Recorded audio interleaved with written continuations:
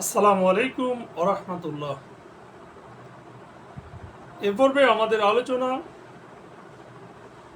সূরা শুআরার সপ্তম রুকুর দ্বিতীয় পর্ব।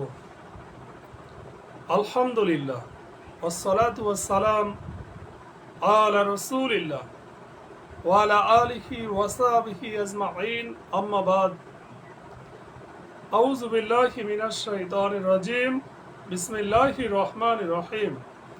ওয়া রাব্বিশ ইশরাহ লি সাদরি ওয়া ইয়াসসির লি আমরি ওয়াহলুল উকদাতাম মিন লিসানি ইয়াফকাহু কাওলি।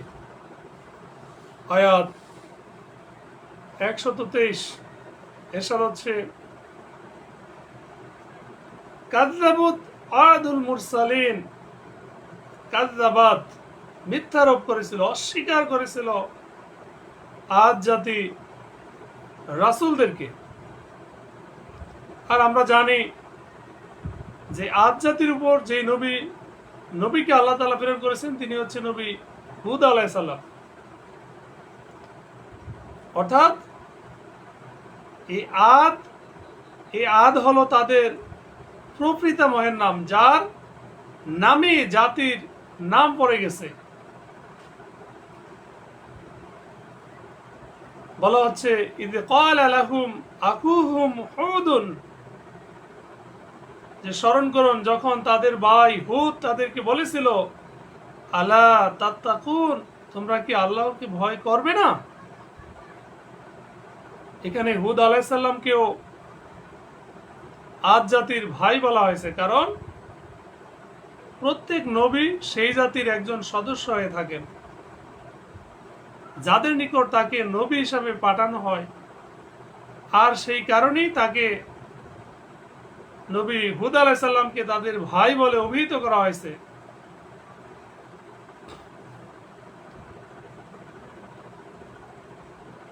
হুদ আলাইহিস সালাম তাদের নিকট আল্লাহর পক্ষ থেকে প্রাপ্ত দাওয়াত তুলে ধরলেন যে, ইন্নী লাকুম রাসূলুন আমিন, যে নিশ্চয়ই আমি তোমাদের জন্য একজন বিশ্বস্ত রাসূল। এখন কাজ কি তোমাদের? ফাত্তাকুল্লাহ, তোমরা আল্লাহকে ভয় করো, ওয়া আতিউন, এবং আমার অনুসরণ করো, আমার আনুগত্য করো। কেননা আমি তোমাদের নিকট কোনো প্রতিদান চাই না।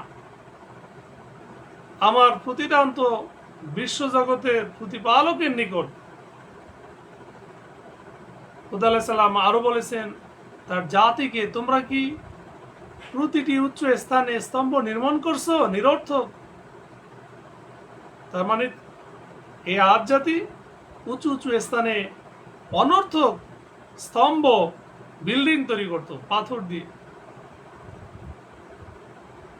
তাফসিরে আসছে যে হযরত আব্দুল্লাহ ইবনে আব্বাস রাদিয়াল্লাহু তাআলা আনহু তার মতে এখানে যে আয়াতটা রিইন মানে উচ্চ স্থানকে বলা হয়, তার মানে হচ্ছে যে আদ জাতি তারা অযথা সুউচ্চ অট্টালিকা নির্মাণ করত, যে অট্টালিকার কোনো প্রয়োজন নেই।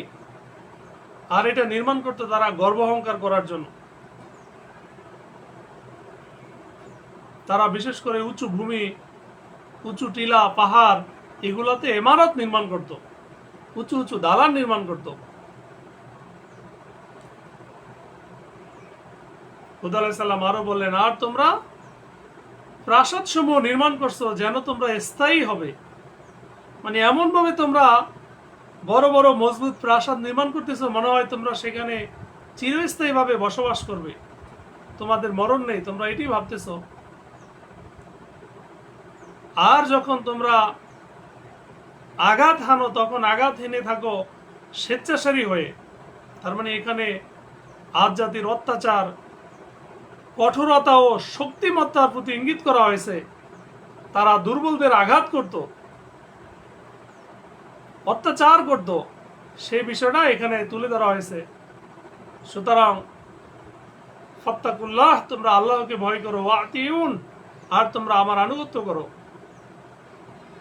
এর মানে হচ্ছে আল্লাহ নবী হুদ আলাইহিস সালাম যখন তাদের সেই মন্দ গুণগুলো বর্ণনা করলেন, যা তাদের দুনিয়ার মোহে ডুবে থাকা এবং অত্যাচার ও অবাধ্যতার ইঙ্গিত বহন করে, তখন তিনি পুনরায় তাদেরকে আল্লাহ ভীরুতা ও নিজ আনুগত্যের দাওয়াত দিলেন। তিনি বললেন, ভয় করো তাকে যিনি তোমাদেরকে সাহায্য করেছেন সে সকল সম্পদ দিয়ে যা তোমরা জানো। তিনি তোমাদেরকে দান করেছেন চতুষ্পদ জন্তু ও পুত্র সন্তান এবং উদ্যান বাগান এবং বহু প্রস্রবণ ঝর্ণা। ইন্নী আখাফু আলাইকুম, হুদ আলাইহিস সালাম বললেন, নিশ্চয়ই আমি তোমাদের উপর এক মহাদিবসের আযাবের ভয় করছি। যদি তোমরা কুফরের উপর অটল থাকো এবং মহান আল্লাহ তাআলা যে নিয়ামত দান করেছেন সেসবের কৃতজ্ঞতা স্বীকার না করো, তাহলে তোমরা আল্লাহর আযাবের উপযুক্ত হবে। আর এই আযাব দুনিয়াতেও আসতে পারে, আর আখিরাত তো শান্তি ও শাস্তির জন্যই নির্ধারিত, সেখানে আযাব হতে বাঁচার কোনো উপায় থাকবে না। কলু, তারা বলল, হুদ আলাইহিস সালাম এত সুন্দর করে দাওয়াত দেওয়ার পরে তার জাতির লোকের আদ জাতি বলল, তুমি উপদেশ দাও বা নাই দাও উভয়ই আমাদের জন্য সমান। নাউজুবিল্লাহ।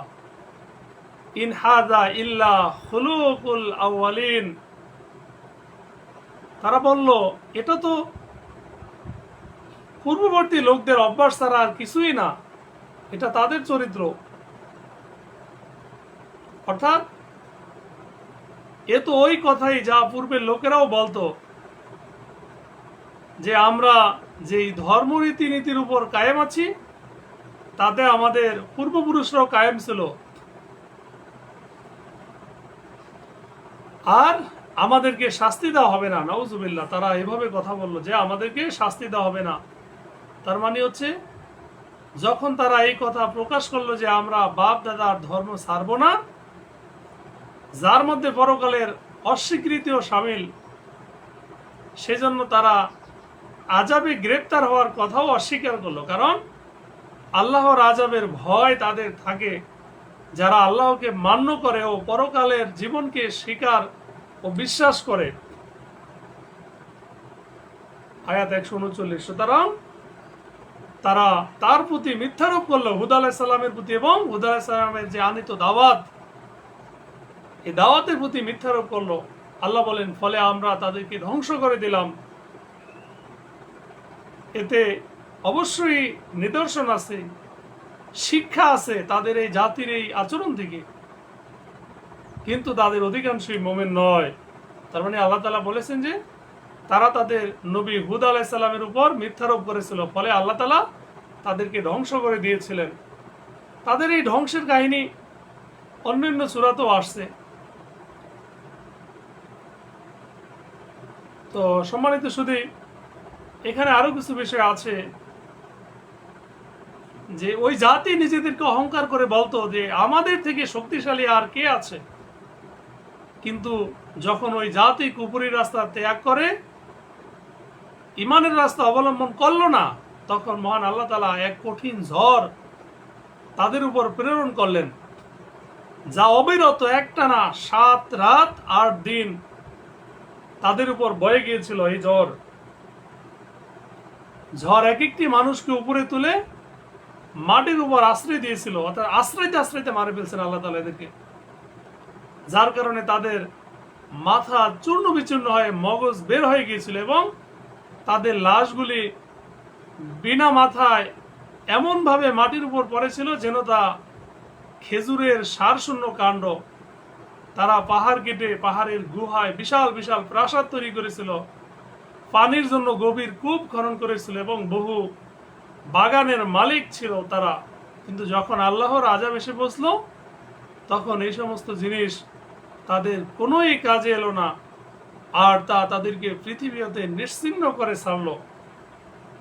আল্লাহ বলেন, ওয়াইন্না রাব্বাকা লাহুয়াল আজিজুর রহিম, আর নিশ্চয়ই আপনার রব তিনি পরাক্রমশালী পরম দয়ালু। সুবহানাল্লাহ।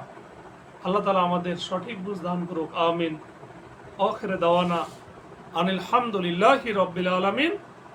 আসসালামু আলাইকুম ওয়া রাহমাতুল্লাহি ওয়া বারাকাতুহু।